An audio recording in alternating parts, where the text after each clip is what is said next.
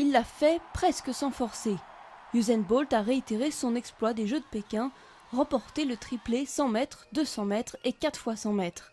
Sur les deux premières courses, il a devancé son compatriote jamaïcain Yohan Blake et ensemble au relais avec Nesta Carter et Michael Frater, ils ont battu leur précédent record du monde. L'homme éclair est désormais le sprinter le plus titré de l'histoire olympique. Moins superstar mais non moins impressionnant sur la piste à Londres, le Kenyan David Rudisha qui a mené le 800 mètres de bout en bout avec un nouveau record du monde à la clé.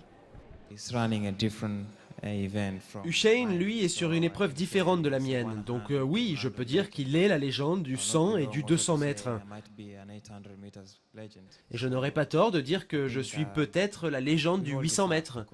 On le mérite tous les deux, car on peut être fier de ce qu'on fait. Autre héros des Jeux de Londres, Michael Phelps. Le nageur américain a pris sa retraite après avoir battu le record du monde de médailles olympiques, 22 en tout, dont 18 en or. Cela a été une grande carrière et un super parcours. Je ne peux pas être plus heureux qu'aujourd'hui. Liu Xiang, champion olympique d'Athènes en 2004, a eu moins de chance.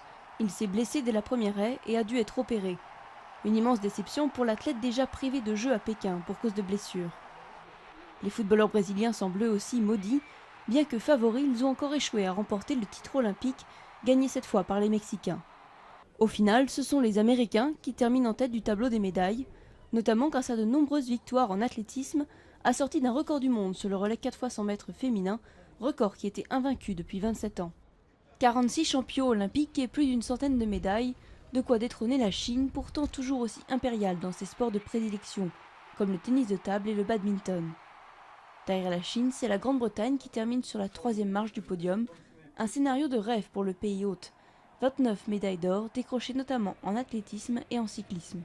Le